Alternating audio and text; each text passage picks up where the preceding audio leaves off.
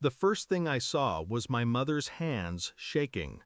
Her fingers clutched a wine glass, trembling, the stem bent at an angle as if she had forgotten how to hold it. My father stood beside her, silent, small, eyes fixed on the floor. And in their living room, where the ocean should have been the view, a stranger's laughter filled the air. I knew that laugh. It belonged to my sister's husband. He was standing near the window, barefoot, relaxed, as if he owned the place. When he saw me, he froze, his expression somewhere between irritation and disbelief. "You're early," he said. Early, as if I were intruding. The house was supposed to be a gift, my parents' 50th anniversary, a quiet place by the sea where they could live out the rest of their days.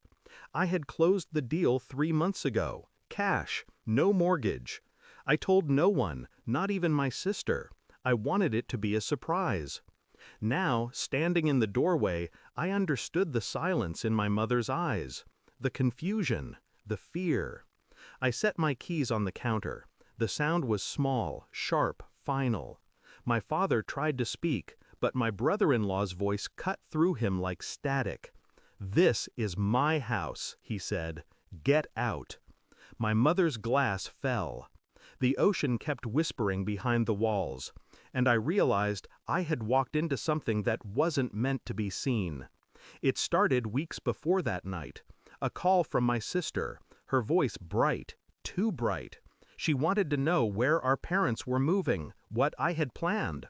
She laughed in a way that didn't reach the end of her words. I told her nothing. I thought she was being curious.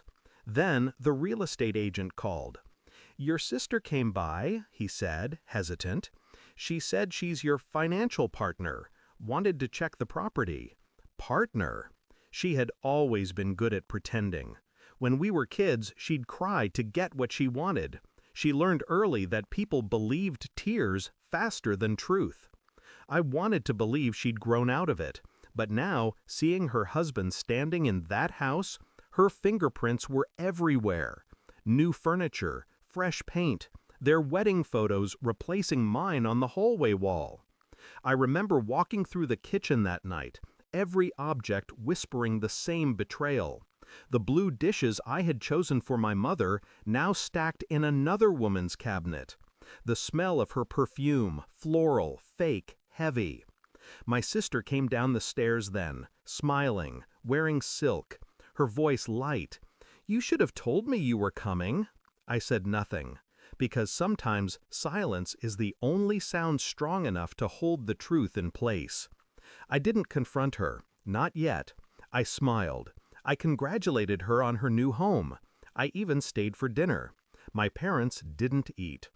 I spent the next week collecting small pieces of her deceit. The title documents, the wire records. She had used forged letters from our parents to transfer ownership. Her husband handled the legal details, clean, efficient, heartless. Every night I sat in my car outside their gate, watching the lights go off one by one. I imagined her lying in that bed, surrounded by walls paid for by the brother she once called her protector.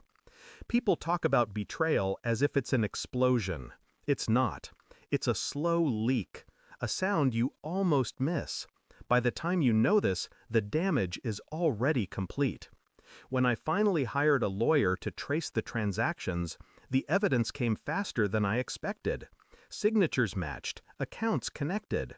My sister's handwriting pretending to be my father's. I stared at the report until dawn. Then I folded it neatly, slipped it into an envelope, and waited. I came back to the house on a Sunday morning. The ocean was still. My sister was on the patio, watering flowers she hadn't planted. She smiled when she saw me. "Coffee?" I handed her the envelope. "What's this?" Her voice cracked slightly at the end. "Proof," I said. She didn't open it right away. People like her know when the truth is inside paper. They can feel it before they see it. When she finally did, her face went white. Her lips parted. The silence between us turned heavy.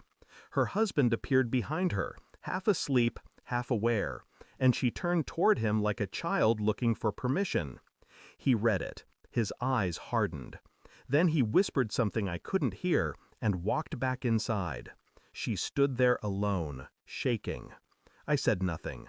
Sometimes the absence of comfort hurts more than accusation. The legal transfer took 3 days. Quiet, clean, final. The house was never hers, never his. Every document reversed, every false claim undone. When I came to collect the keys, she was packing. "Why?" she asked. It was the only word that mattered. I looked at her, the sister who once shared my secrets, who once held my hand at our father's funeral. "Because you thought I wouldn't notice," I said. She started to cry, loud, desperate, childish. But the thing about guilt is, it always sounds rehearsed when spoken too late. I walked past her, through the empty rooms and out to where the sea waited. The air smelled of salt and endings. Behind me, I heard her whisper, "Please." I didn't turn around. My parents live there now. They never ask what happened. I think they already know. Sometimes I visit. I sit on the porch and listen to the tide. The house feels clean again, like a wound finally scabbed over. My sister moved inland. I heard her husband left. Good. Some people mistake forgiveness for weakness. But forgiveness is letting rot die on its own. I don't hate her. I just don't remember her anymore. And that, I think, is the purest form of revenge. Thanks for watching. Don't forget to like, share, and comment. Subscribe now to Cheating Stories Insight World for more amazing stories.